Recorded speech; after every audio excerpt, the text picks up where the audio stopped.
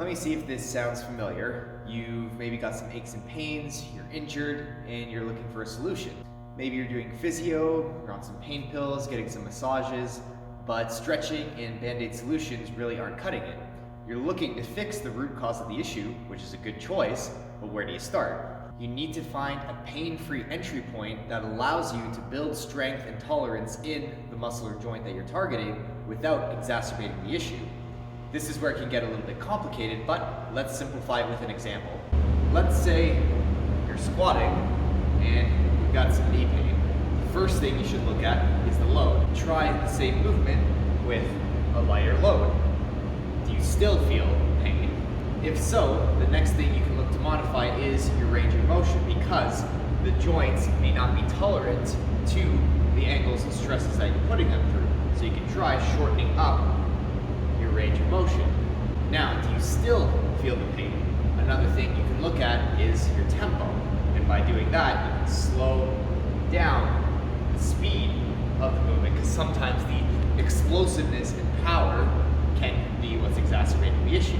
You can mess around with any combination of these factors between load, range of motion, and the tempo to try to find your entry point. But let's say you've completely regressed the movement as much as you can. Say you've gone down to just body weight squats, maybe a really short range of motion and a slow tempo, and you still feel some discomfort in the knee joint there.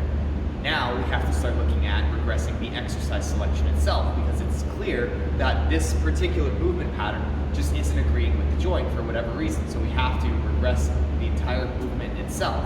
For a squat substitute, for example, you could do something like a reverse step up, which is a lot easier to regress.